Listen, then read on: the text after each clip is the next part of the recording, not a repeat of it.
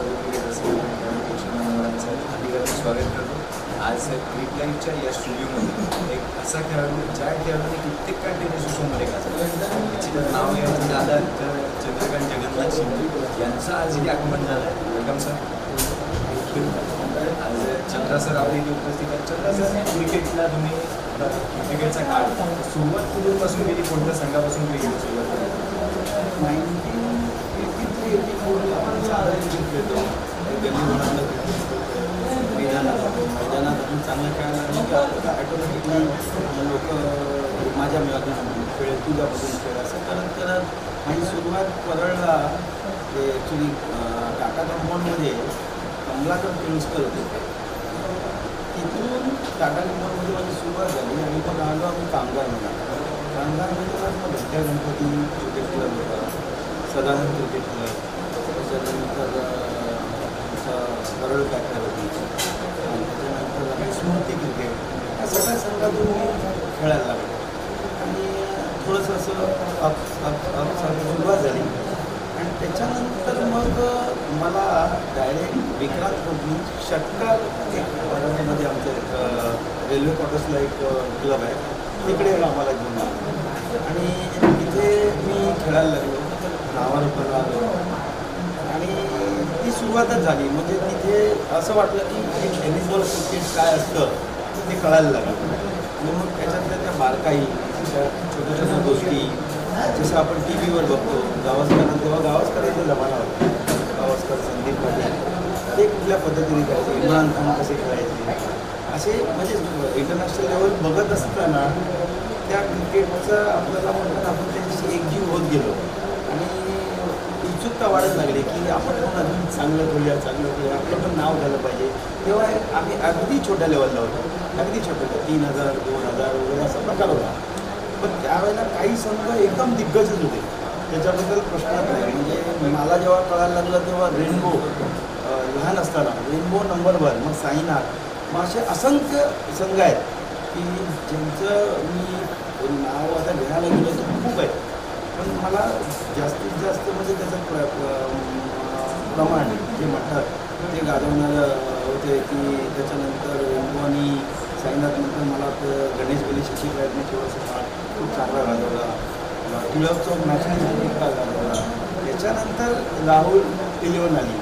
षटकारमधून खेळत असताना षटकारचे आमचे एक गजा म्हणून होते रेल्वेचे, त्यांनी तो संघ बांधला होता, खूप चांगला बांधला होता आणि हळूहळू त्याचं रूपांतर नरेश इलेव्हनमध्ये झालं आणि नरेश इलेव्हनचं रूपांतर आमचे नरेश पानपरा किंवा आमच्याबरोबर असायचे, ते आमच्या संघाला सपोर्ट करायचे आणि तिथून जी सुरुवात झाली ती डायरेक्ट राहुल आणि अशा प्रकारे तो राहुलचा प्रवास सुरू झाला. सर, 1983-1984 पासून तुम्ही क्रिकेटला सुरुवात केली.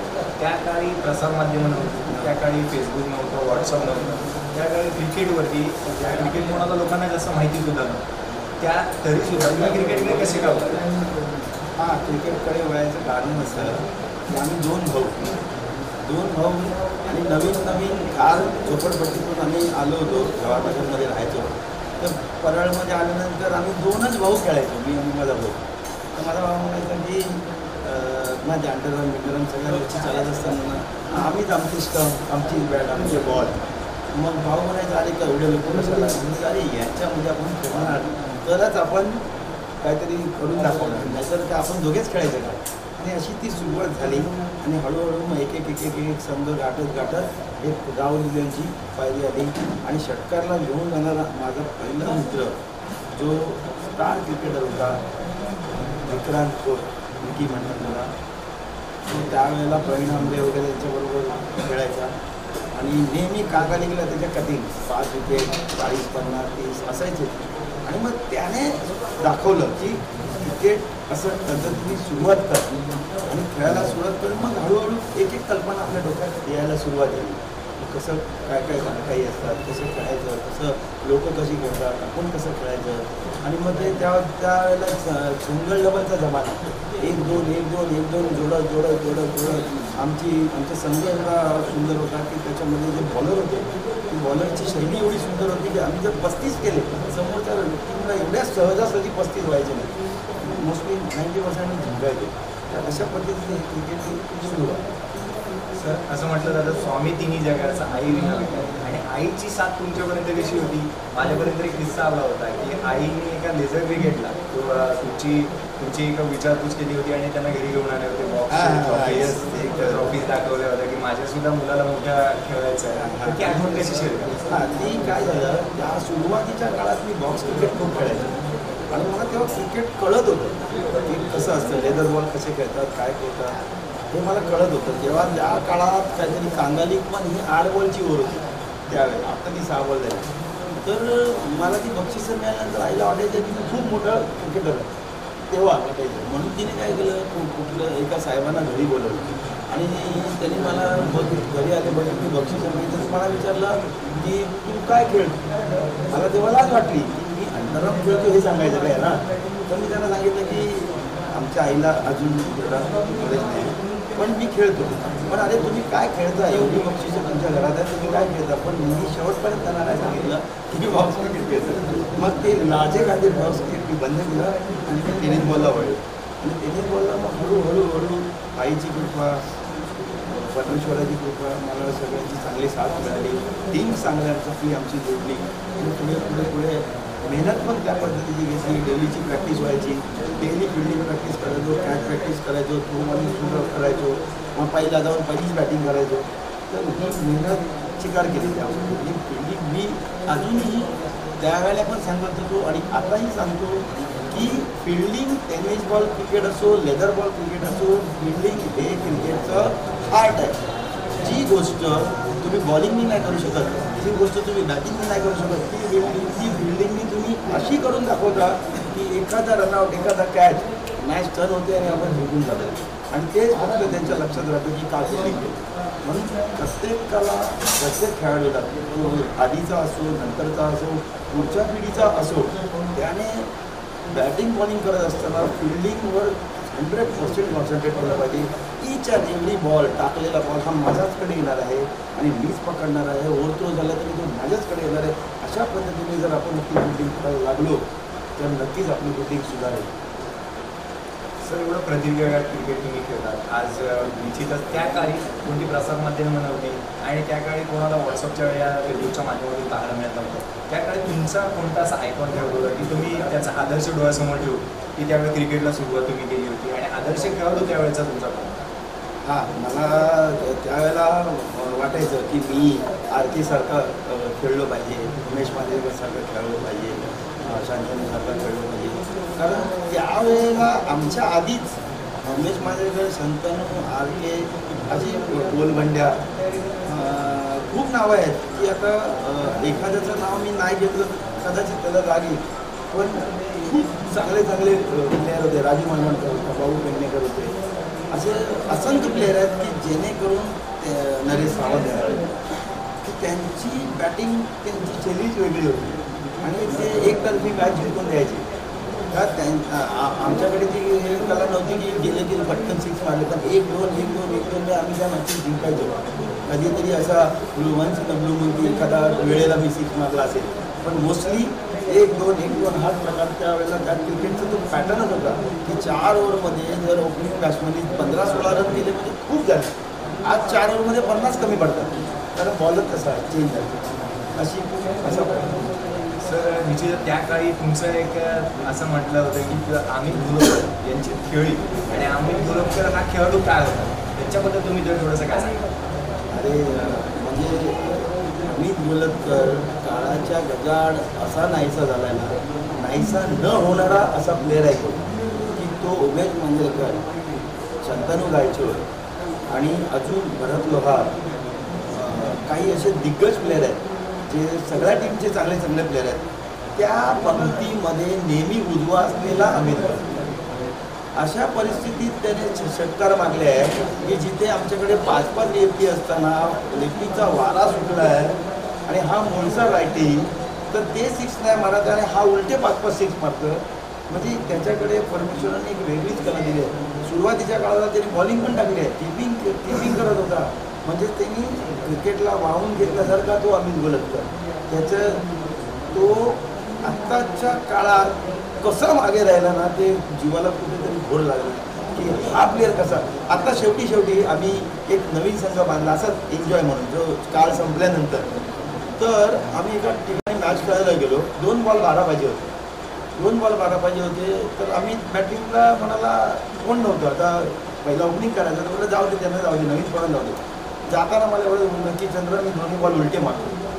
तर मी पण बोललो माझी पण नेहमीसारखी ती चॅलेंजिंग ऑफर आहे, त्या बिंदास मार. त्या बहिणी दोन्ही उलटे मारले. रिव्हर्स 6 मारून मॅच जिंकून दिली. म्हणजे एवढी प्रतिभाशाली या प्लेअरकडे असताना हा मागे राहिलाच कसा. जर एक आदर्श खेळाडू म्हणून होते आज तिचं एक चांगलं नाव क्रिकेटमध्ये होतं. तर सर तुम्ही जेव्हा क्रिकेटला सुरुवात केली आणि त्या सुरुवातीनंतर पाहिजे तर बरखासारख्या स्पर्धा होत्या आणि क्रिकेट षटकांचे सामने व्हायचे त्यावेळी. तर त्या आधीचा काळ कसा होता त्यावेळी, त्या आधीच्या काळामध्ये टेनिस क्रिकेट कसं होतं? आधीच्या काळामध्ये टेनिस क्रिकेटर मी जेव्हा बघायला लागलो तेव्हा इनिंग होतं हे मला माहीत नाही. पण 30 ओव्हरचा काळ जेव्हा 30 ओव्हरचा काळ मी पाहिला आहे. 30, 25, 20, मग तो 16 ओव्हर आला, 12 ओव्हर आला, 10 ओव्हर आला, 8 ओव्हरला आम्ही एकदम ग्रीप पकडलो. राहुल नाही 8 ओव्हरला पूर्णपणे ग्रीप पकडलो. पण त्यावेळेला खूप चांगले संघ होते. आणि त्यावेळेला नामचीन जर टुर्नामेंट जर असेल तर ती बरखा. ह्या टुर्नामेंटला सगळे दिग्गज म्हणजे test cricketer, Ranji trophy player आणि टॅलेंटेड सगळे प्लेयर त्यावेळेला ती बरखाची टुर्नामेंट खेळायचे. त्याच्यानंतर लगेच आरकेने स्वरूप घेतलं. आरके ही अशा खेळल्यात की 1 नंबर टुर्नामेंट झाली. त्याचबरोबर गुलाब ऋषींची एक टुर्नामेंट व्हायची पावसाळी क्रिकेट. 64 टीम असायच्या. त्यावेळेला 12 ओव्हरच्या मॅचेस व्हायच्या. त्या एक क्रिकेटने एक वेगळं स्वरूप घेतलं आणि मुंबईमध्ये 12ही महिने क्रिकेट असतं हे त्या क्रिकेटने दाखवून दिलं. त्याच्यानंतर आली आरके ट्रॉफीच्या नंतर मग आज नावारूपाला आली ती संजय कोहली साहेबांच्या तिने तर जवळजवळ सुप्रीमो. त्याच्यानंतर मग ठाण्याची आहे, डोंबिवलीची आहे, रतनभू आहे, त्याच्यानंतर ठाण्याची नजीमुल्ला आहे. अजून प्रमाण घडलं. आणि आज ह्याच्यामध्ये मी तुम्हाला तो सुरुवातीपासून सांगितली होती आणि त्याच्या सुरुवातीमुळे आज बरेचसे लोक या क्षेत्रात आले आणि या क्षेत्रात आल्यानंतर आज सगळ्या प्लेयर लोकांचं कल्याण झालं. आणि आज तुमच्यासारख्या लोकांचा पाठिंबा खरेतर आहे, त्यांचा पाठिंबा 77 पाठिंबा आहे, बाकीच्या सगळ्या स्पोर्ट्स जे आहेत त्यांचा पाठिंबा आहे. या लोकांनी क्रिकेट आज अक्षरशः दुबईपर्यंत पोचवलं आणि दुबईवरनं ते ऑल इंडियात ऑल वर्ल्डमध्ये पोचत आहे. आणि एक दिवस तो दूर नसेल की टेनिस बॉल क्रिकेट हे इंटरनॅशनल क्रिकेटच्या बरोबरीला आहे. कारण कबड्डी नव्हती तर कबड्डी आली, बरोबर. आणि आज IPL जो प्रकार चालला आहे तोच टेनिस बॉलचा IPLचा जो प्रकार म्हणतो तो ऑलरेडी ज्युनियरला वगैरे चालू झाली आणि ही पुढे होणार. आणि मुलांनी ना याच्यामध्ये या क्रिकेटमध्ये ना अक्षरशः तन मन टाकून खेळलं पाहिजे. तुम्ही पैशाच्या मागे धावण्यापेक्षा तुम्ही मनापासून क्रिकेट खेळून स्वतःला तुम्ही जास्तीत जास्त टिकवायचा प्रयत्न केला. उदाहरण उमेश पांढरेकर 50 नंतर पण तो माणूस खेळतो.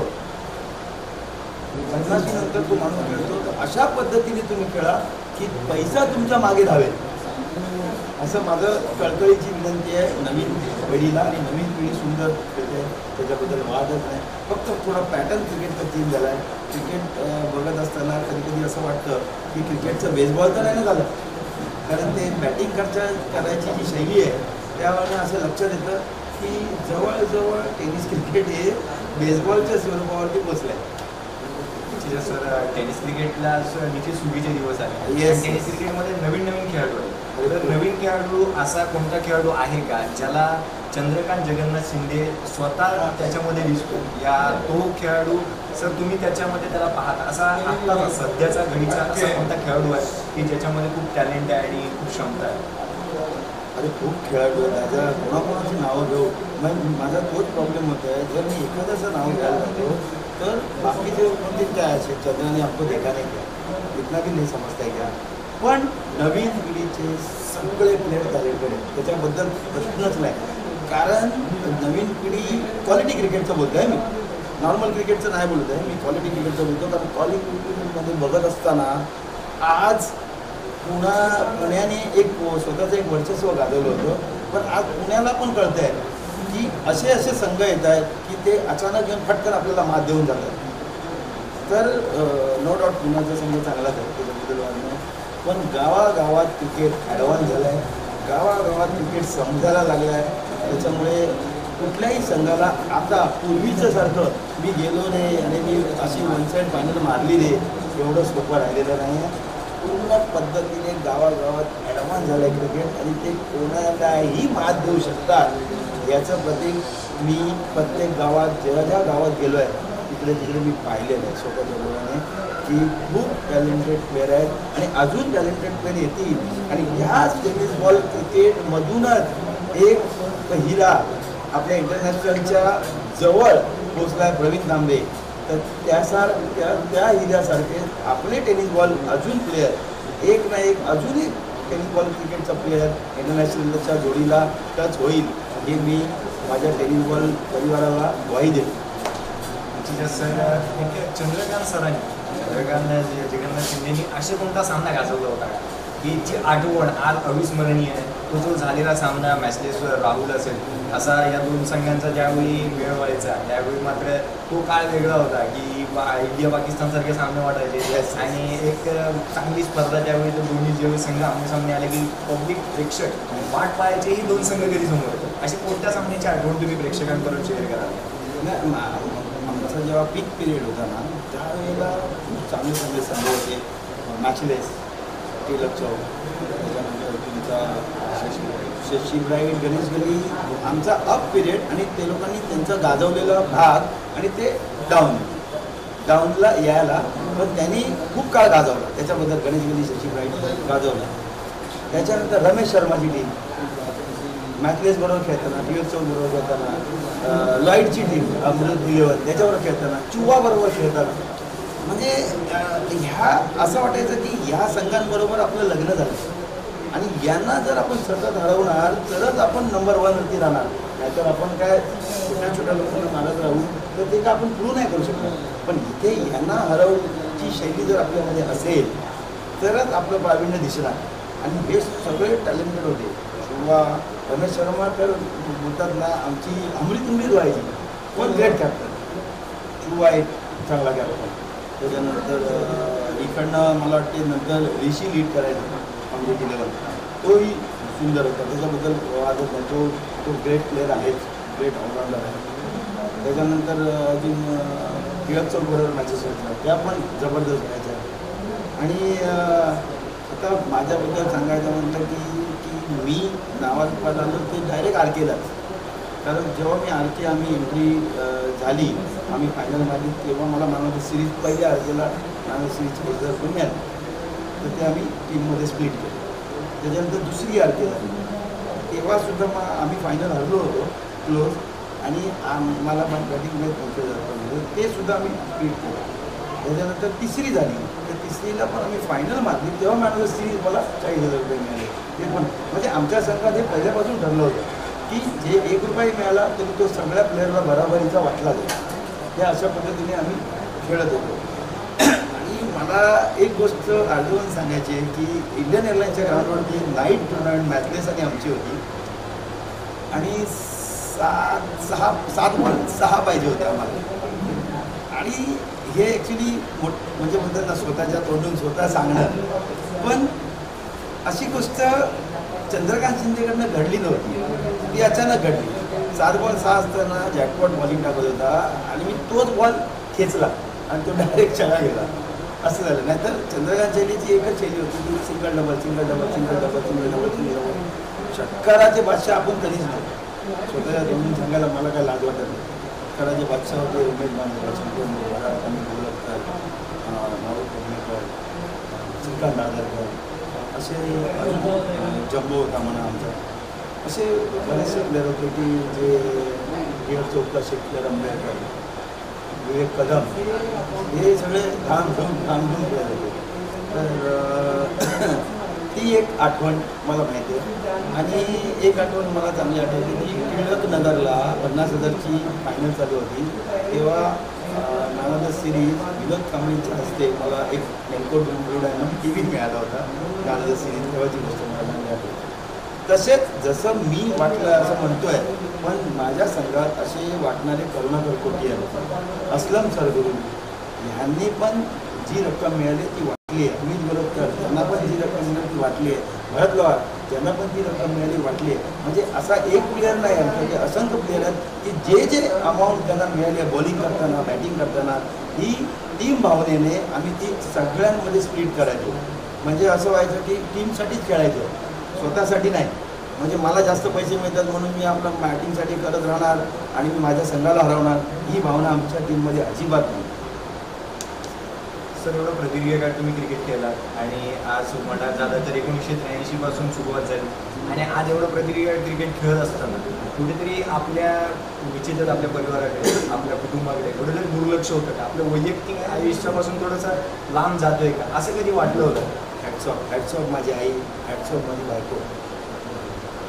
हे तर फील होतं मला की म्हणतात ना की मुलगी जन्माला येते मी क्रिकेटला. त्याच्यानंतर काही गोष्टी याच्या घडल्या की कधी सण यांच्याबरोबर नाही, बरोबर, शनिवार रविवार बँक हॉलिडे यांच्याबरोबर नाही, कित्येक वर्ष. मग त्या आईला, वडिलांना, माझ्या मुलांना हॅट्स ऑफ की त्यांनी मला क्रिकेटसाठी अक्षरशः मोकळीक सोडून दिली होती आणि आजही ते क्रिकेटसाठी मला मोकळीक दिलेली आहे. कारण आजही मी 48 वर्षाचे असताना सुद्धा मी आजही नवीन मुलांमध्ये जातो, त्यांच्याबरोबर खेळतो, एन्जॉय करतो. आता काय आपलं पर्व संपलेलं आहे, पण माझं असं वाटतं की माझ्या राहुल इलिव्हनच्या नवीन पिढीने काहीतरी पुश करावं, त्यांनी पुढे यावं, माझ्यातल्या आमच्या टीममध्ये काही चांगले प्लेयर मोठ्या संघात जावे आणि त्यांनी आपली प्रतिभाशाली दाखवावी. बस जोपर्यंत आपण खेळणार नावच राहणार आहे, बस त्या नावासाठी आपण प्रयत्न करतो. आज सध्याचं क्रिकेट पण खूप पुढे चाललं आणि सध्याच्या काळामध्ये नवीन खेळाडू येतात. नवीन खेळाडूंनी चंद्रकांत शिंदेचं नाव खूप ऐकलं. त्यांची खेळी आज जर म्हणायचं झालं तर तेवढी त्यांना पाहता आली नव्हती, कारण की त्यावेळी प्रसारमाध्यम नव्हती, यूट्यूब नव्हतं, फेसबुक नव्हतं, व्हॉट्सअप नव्हतं. त्या कारणाने तर आजच्या ज्या नवीन येणाऱ्या प्रत्येक खेळाडू तर तुम्ही कोणती गुरुकिल्ली द्याल, तुम्ही कोणते सजेशन द्याल की त्यांना ते ऐकून त्यांना आपलं नाव लौकिक करता येईल, आपल्या नावाला साजेशी खेळ करता येईल? हां, मी तर पहिली गोष्ट हे सांगेन की संघासाठी खेळा. संघासाठी तुम्ही ठरवलं ना की माझा संघ जिंकला पाहिजे, पण अशी पण परिस्थिती येते की त्या ग्राउंडला मी साजेसा नाही आणि कॅप्टन मला बाहेर बसवतो. अशा वेळेला तुम्ही रुसू नका. आपल्या संघातला कुठल्या प्लेअरची गरज त्या ग्राउंडला आहे आणि त्याला खेळवत आहे तर तुम्ही बाहेर बसणार आणि म्हणाल का मला नाही केलं असं नाही, तो कधीच लक्षात आणू नका. तुम्ही जेव्हा संधी मिळेल तेव्हा अशी खेळा, बॅटिंग, बॉलिंग, फिल्डिंग. नाही झाली बॅटिंग, फिल्डिंगवर कॉन्सन्ट्रेट करा. बॉलिंग नाही झाली, फिल्डिंगवर कॉन्सन्ट्रेट करा. फिल्डिंग हे 100% आपल्या हातात आहे, 100% आपल्याकडे. तुम्ही अशा काही गोष्टी फिल्डिंगच्या ज्या आधी नव्हत्या त्या आपल्याला साऊथ आफ्रिकेने पण दाखवून दिल्या आहेत की षटकार चालला आहे आणि तो बाहेर उडी मारतो, तो बॉल आत टाकतो, दुसऱ्याला पास करतो आणि ते झेलतात. हे कधी त्यावेळेला कोणाला लक्षात पण आलं नसेल, पण ते सुचतं, त्याला हॅट्स ऑफ की त्यावेळेला ते त्याला सुचतं कसं. तर ह्या गोष्टी सुचायला पाहिजे. नवीन प्रकार टेनिसमध्ये आलेले आहेत, त्याचा उपयोग घेतला पाहिजे. आणि मी तर अजूनही सांगतो, तुम्ही बॅटिंगला जाता, तुम्ही तुमची बॉलिंग करता, पण फिल्डिंगवरती तुम्ही 100% कॉन्सन्ट्रेट करा. आणि तीच एक गोष्ट असते की ज्या वेळेला आपली बॅटिंग बॉलिंग चालत नाही तेव्हा संघनायक विचार करतो, अरे नाही बाबा, हा फिल्डिंगला खूप सुंदर आहे, याला आतमध्ये घे. तर ही संधी फिल्डिंगची कधी दौडवू नका. 100% कॉन्सन्ट्रेट करा फिल्डिंगवरती, हे मी नवीन पिढीला सांगेन. आणि नवीन पिढी खरोखर चांगली खेळते आणि नवीन पिढीने टेनिसचा झेंडा दुबईपर्यंत पोचवलेला आहे, त्याच्यामुळे खरोखर चांगली खेळते हे सिद्ध केलेलंच आहे नवीन पिढीने. आणि त्याने पूर्ण देशाभरात, वर्ल्डमध्ये टेनिस बॉल क्रिकेटला असं इम्प्रूव्ह करा की आपलं टेनिस बॉल क्रिकेट उद्या इंटरनॅशनल लेवलच्या जोडीला टच करेल, अशी खेळायचा प्रयत्न करा. सर, आज जर पाहिलं तर वेबसाईट आहे, वेबसाईट आता आपली जी कार्यरत होणारी वेबसाईट आपण पाहतो www.clicklive.in पुण्याची वेबसाईट आहे. तर या वेबसाईटनंतर पहिले 2 खेळाडू भारताबाहेर गेले, भरत लोहार आणि असलम शेख होते जे भारताबाहेर गेले. जर या वेबसाईट जर अगदीच्या काळी असत्या तर कोणता विश्वविक्रम टेनिस विश्वामध्ये नोंदवला गेला असता? अरे सॉरी बोललो, जर ते आधीच्या काळी असलं असतं ना, तर आधीच्या काळी दुबईपर्यंत ह्या सगळ्या गोष्टी असल्यामुळे जे राहुल म्हणा, टिळक म्हणा, मॅचलेस म्हणा, किंवा आधीचे पण जे चांगले रेनबो म्हणा आणि साईनाथ म्हणा आणि मोठे मोठे संघ आहेत, टिळक चौक, मॅचलेस, राहुल, रमेश शर्माची टीम, लॉईडची टीम, हे सगळे दुबईला पोचले असतात. कारण ह्या सगळ्यांकडे किंवा अन्य ज्यांची नावं अजून मी घेतली नाहीत ते पण संघ जे प्रतिभाशाली आहेत ते सुद्धा दुबईला पोचले असते. कारण तुम्ही जे काय करताय प्लेयरसाठी ते प्लेयरने जाणून घेतलं पाहिजे की मी नुसता फोटोशूटसाठी नाही आलो आहे, तर मला मैदानावर काहीतरी कामगिरी करायची आहे. आणि ती कामगिरी करत असताना तुम्हाला असंख्य लोक मैदानाच्या बाहेरून बघत असतात आणि मग असं नको व्हायला एक कॅच होती या प्लेयर. असंच व्हायला पाहिजे की मैदानाच्या बाहेर पाऊल टाकताना बोलला पाहिजे कोणतरी, अरे क्या प्लेयर आहे यार, तेव्हा तुम्हाला काही गर्व फील होईल. अशा पद्धतीने खेळा. याची सर जर वेबसाईट असत्या त्या काळी तर कोणते 2 खेळाडू, कोणता फलंदाज आणि कोणता गोलंदाज जर त्या काळी तुमच्या कालावधीमध्ये जर असत्या तर कोणते 2, एक फलंदाज आणि एक गोलंदाज कोणता निवडला असता तुम्ही जे परदेशाला जायला डिझर्व केले असते? नाही, निवडायचं म्हटलं की तर मग मी क्रिकेटला सावत्रपणे बघतोय असं होतं आहे. कारण प्रत्येक टीममध्ये चांगले बॉलर होते, चांगले क्वालिटी बॉलर होते, लेफ्टी म्हणा, ॲटी म्हणा, ऑब्रेक म्हणा, ऑब्रेक लेग ब्रेक म्हणा. तर असं मी पर्टिक्युलर एका बॉलरचं आणि बॅट्समनचं नाव नाही घेऊ शकत. फक्त मी संघांची नावं नक्की आता जी घेतली की हे सगळे संघाचे प्लेयर कॅपेबल होते की ते जाऊन तिकडे खेळू शकले असते आणि त्यांच्याकडे ती क्वालिटी आहे. आज जसे जातात तशी त्यांच्याकडे ती क्वालिटी होती. आता मी जर एखाद्याचं नाव घेतलं तर खरोखर एखाद्याला ते बोचेल की काय चंद्रा असं काय करतो, आम्ही दिसलो नाही का. तर तसं होऊ नये म्हणून बोलतो प्रत्येक संघाची नावं घेतली त्याचं कारण तर त्या प्रत्येक संघामध्ये सगळे क्वालिटी प्लेअर होते. म्हणजे 8वा 9वा आलेला पण प्लेअर असं वाटायचं की याला काहीतरी कामगिरी करून जाणार आहे, हा चुतिया नाही आहे, हा चांगलाच प्लेअर आहे. तर याची दक्षता प्रत्येक टीम घेत होती ऑल आऊट होईपर्यंत. सर तुम्ही संघाबद्दल या प्रत्येक खेळाडूबद्दल नाही म्हणू शकत, तर मी एक अशा खेळाडूबद्दल विचारेन, करुणाकर कोटी. असं एक नाव होतं की ज्यावेळी 2 चेंडू 2 षटकार हवेत आणि त्यावेळी तुम्ही जर विश्वास कोणावरती दाखवला असेल तर तो खेळाडू होता. तर त्या खेळाडूबद्दलची क्षमता तुम्ही काय सांगा? अरे राहुल आणि टीमचा हार्ट करुणाकर कोटी. आणि क्रिकेटचं जे म्हणतात ना, आमच्या टीमच्या क्रिकेटचं राहुल हार्ट म्हटलं की करुणाकर कोटी. म्हणजे काही गोष्टी अशा होत्या ना की आम्ही सिंगल डबल करत असताना तेव्हा तोच एक प्लेअर आमच्यात असा होता. भरत अमित हे नंतर आले, पण आधीच्या काळामध्ये तोच एक प्लेअर होता की जो जायत आणि समोर एक किंवा एक आडवा 6 मारून यायचा आणि तो एक 6 म्हणजे त्या काळचे 6 6च्या बरोबरचे होते. आजचे जे तुमचे 7 6 आहे ना, तो एक 6 म्हणजे त्यावेळेचा खूप मोठी गोष्ट असायची. 1 6 2 6 म्हणजे मोठा प्लेअर असा तो Karunakar Koti. Great allrounder, great player, great fielder. कुठल्याही संघामध्ये बॉलिंगला, बॅटिंगला आणि फिल्डिंगला 100% बसणारा करुणाकर. याची सर त्यावेळी जर म्हटलं तर चेंडू वजन नसायला आणि षटकार मारायचं म्हटलं तर थोडंसं अवघड जायला. तर करुणाकर कोटी कोणत्या प्लेसमध्ये जास्त षटकार मारायचे? असं जास्त करून मी बघितल्याप्रमाणे स्ट्रेट जास्त करून खूप सुंदर षटकार मारले आहेत, आडवे पण मारले आहेत, कवचला पण मारले आहेत त्याने. पण मी इतके वर्ष त्याच्याबरोबर खेळत असताना मी बघितलं आहे की जास्तीत जास्त त्याने समोर स्ट्रेट 6 खूप मारले, खूप 6. सर आज वेळ येते की शेवटच्या पावले पाठी घेण्याची वेळ येते की आता थांबवायचं वाटतंय. असं वाटत नाही की तुमच्याकडून रजा घ्यावी, पण सर एक मेसेज, कोणता मेसेज द्याल की गुरुकिल्ली कोणती द्याल की प्रत्येक खेळाडूला की पुढे काळामध्ये तुम्ही कसं क्रिकेट खेळावं यासाठी काय मेसेज तुमच्याकडे? मी ते मगाशी पण बोलतो की असे खेळा ना की मैदानातून पाऊल बाहेर ठेवताना तुमची तारीफ झाली पाहिजे. नाहीतर फ्रॅक्शन ऑफ सेकंडला पापणी तुम्ही लावते, तुमच्या बॉडी लँग्वेज ढासळते आणि त्या गोष्टीमुळे तुमची एखादी बारीक चूक होते आणि ती टीमला भोगते त्या गोष्टी टीमला भोगाव्या लागतात. तसं काय करू नका. सतर्क राहा, खेळताना ॲलर्ट राहा, बॅटिंग करताना ॲलर्ट राहा, रनिंग बिटवीनला ॲलर्ट राहा, बॉलिंग करताना ॲलर्ट राहा, किपिंग करताना ॲलर्ट राहा, फिल्डिंग करताना ॲलर्ट राहा. जेणेकरून तुम्ही जरी बाजूच्याशी बोलत असाल बाउंड्री तरी 100% लक्ष तुमचं त्या बॉलवरती शेवटच्या बॉलपर्यंत राहिलं पाहिजे.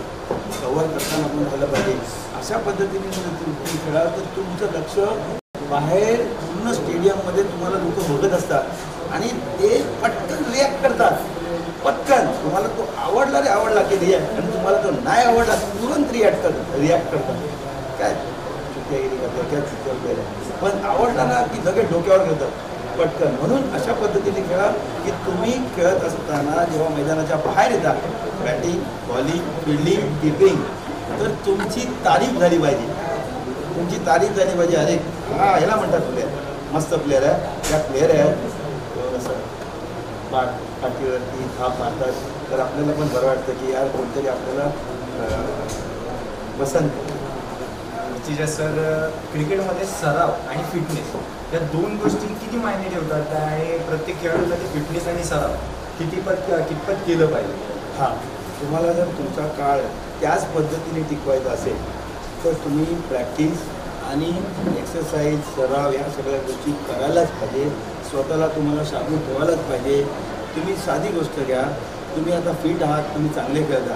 रवी तांबेलाच बघा ना, आज कुठल्या वयात तो माणूस अजून पण असा वाटतो की 25, 26, 27चाच वाटतो आहे, कारण त्याने स्वतःला टिकवलं आहे, त्यांनी तेवढी मेहनत घेतली आहे. अशा पद्धतीने जर तुम्ही मेहनत घेतली, पोट पुढे येऊन नाही दिलं, बरोबर, वजन वाढून नाही दिलं, स्लिम आणि टीम राहिला, तर तुम्ही जास्तीत जास्त वर्ष क्रिकेट खेळू शकता. पण तुम्ही जर उगत गेलात, ऑटोमॅटिकली 2 रन धावताना तुम्हाला त्याचा परिणाम भोगावा लागणार, किंवा फिल्डिंग करताना जवळची कॅच तुम्हाला घेता येणार नाही, आणि आपलेच प्लेयर, आपले चाहते, आपला संघ आपल्याला 2 शब्द अपशब्द बोलून जाणार. त्यापेक्षा तुम्ही स्वतःचा फिटनेस स्वतः शाबूत ठेवा. सगळं शेवटचा प्रश्न, आज cricklife.in आज एवढं मोठं कार्यरत आहे, फेसबुकचे पेज आहेत, लाईव्ह क्रिकेटचे अपडेट दिले जातात, क्रिकेटचे स्कोअर ज्यावेळी स्पर्धा चालू असते त्यावेळी मात्र क्रिकेटचे लाईव्ह स्कोअर पाठवले जाते. प्रत्येक एक वेबसाईटद्वारे काम केलं जातं. या वेबसाईटबद्दल काय सांगाल, आणि ही वेबसाईट जी कार्यरत आहे त्याबद्दल काय सांगाल? ही वेबसाईट अशीच कार्यरत राहू द्या, कारण मला हे तुमच्या कार्यरत राहण्यामुळे तो दिवस दूर नाही की टेनिस बॉल क्रिकेट हा इंटरनॅशनलच्या जवळ जाणार. तो दिवस दूर नाही की टेनिस बॉलची ज्या प्रकारे आपले IPL होतात तशा ह्या स्पर्धा होणार, आणि ह्या तुम्ही बघतायत की टेनिस बॉलचे प्लेयर विकत घेतले जात आहेत आणि ह्याचं प्रमाण पुढे वाढणार आहे. आणि ह्याचं सगळं श्रेय तुमच्यासारख्या लोकांना आहे, तुम्हाला आहे, की तुम्ही याच्यावर मेहनत घेताय आणि तो प्लेयर दुनियाच्या कानाकोपऱ्यात दिसतोय, आणि त्याच्यामुळे त्याचं नाव होत आहे, संघाचं नाव होत आहे, आणि त्यांना कोपऱ्यात बोलवलं जातं आहे. आज हे नसतं ना तर मला नाही वाटत की आपला प्लेअर दुबईला पोचला असता, नाही पोचला असता. कारण याचं कारण हे माध्यम, ह्या माध्यमातून तुम्ही लोकांनी, तुम्हाला हॅट्सऑफ आहे की तुम्ही आज एक अशी परिस्थिती निर्माण केली आहे ना की म्हणतात ना की प्रोफेशन म्हणून टेनिस बॉल क्रिकेटला निवडायची पाळी आली आहे. तुम्ही स्वतःला फिट ठेवा, प्रोफेशन म्हणून निवडा. त्याच्यातले 20 वर्ष तुम्ही काढली चांगली आता येणारी, तर तुम्ही निश्चितच तुम्ही एक स्वतःचा एक फ्लॅट घेऊ शकता, किंवा तुम्ही स्वतःचा एक बंगला निश्चितच बांधू शकता. एवढा पैसा ह्या क्रिकेटमध्ये आला आहे. त्या पद्धतीने खेळा, मस्त बोलतात ना एकदम जोशमध्ये खेळा आणि स्वतःचं नाव रोशन करा. बस हेच मला नवीन पिढीला सांगायचं. सर, आता मात्र थांबायची वेळ आली. नंतर नव्हतं करत की थांबायला लागेल, पण आज मात्र रजा घ्यावी लागेल. धन्यवाद सर, आज वेळात वेळ काढून आमच्या स्टुडिओमध्ये तुम्ही आल्याबद्दल धन्यवाद. थँक्यू.